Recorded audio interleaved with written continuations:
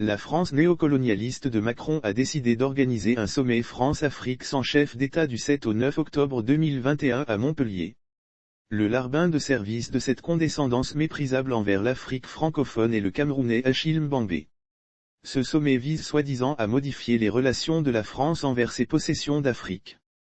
Existe-t-il un esclavage humanisé ou un esclavage souriant qui garantit les droits de l'homme?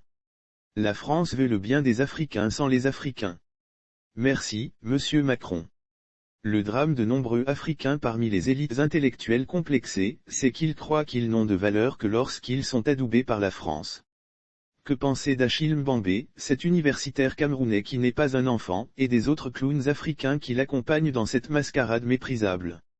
Peut-il plaider la naïveté en croyant que la France colonialiste va renoncer à ses intérêts pour complaire à l'Afrique francophone à travers une poignée de mercenaires rassemblés pour la circonstance?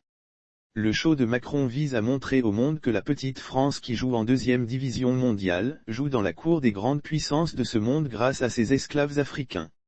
Les hommes de la France, partout en Afrique, on les a vus à l'œuvre pour notre plus grand malheur, surtout en politique. Des chefs d'État, des premiers ministres, des politicards du pouvoir et de l'opposition, ont livré nos peuples pieds et poings liés à l'exploitation et à l'oppression de la France impériale. Senghor, Houphouët-Boigny et Bongo en étaient les figures de proue. Dans le domaine des arts et de la culture, des Africains pétomanes endurcis se bousculent, stupides, corrompus et bouffis d'orgueil, pour jouer ce rôle odieux d'homme de la France, excellente marionnettiste, par ailleurs. Ce rôle de composition est repris par Achille Mbembe qui s'est fait, pour la circonstance, mercenaire de la plume de Macron, lequel a besoin de la caution de traîtres africains pour prétendre que sa politique africaine de merde bénéficie de la caution de l'élite africaine, que cette politique prédatrice serait la nôtre. Belle escroquerie politique. Attention, messieurs dames les élites africaines, il y a élite et élite. Vous appartenez à l'élite fangeuse complexée, malhonnête, traîtresse et dont le travail de décolonisation mentale est entièrement à faire. C'est aussi le cas de Macron, d'ailleurs. Votre place véritable est dans le margouillis de la souillure. Pour vous, la France colonialiste demeure un mythe. Comme les tirailleurs des colonies et des deux guerres mondiales inter-impérialistes, vous êtes des mercenaires qui ne méritez que notre mépris au moment où la France et ses larbins politiques veulent vous imposer à nous, qui sommes dans la résistance, comme les modèles à suivre, c'est-à-dire des bons nègres, des bénis oui-oui, des nègres banania, des oncles Tom. Non et non. Des mercenaires prétentiaires au service de notre oppresseur ne seront jamais nos modèles.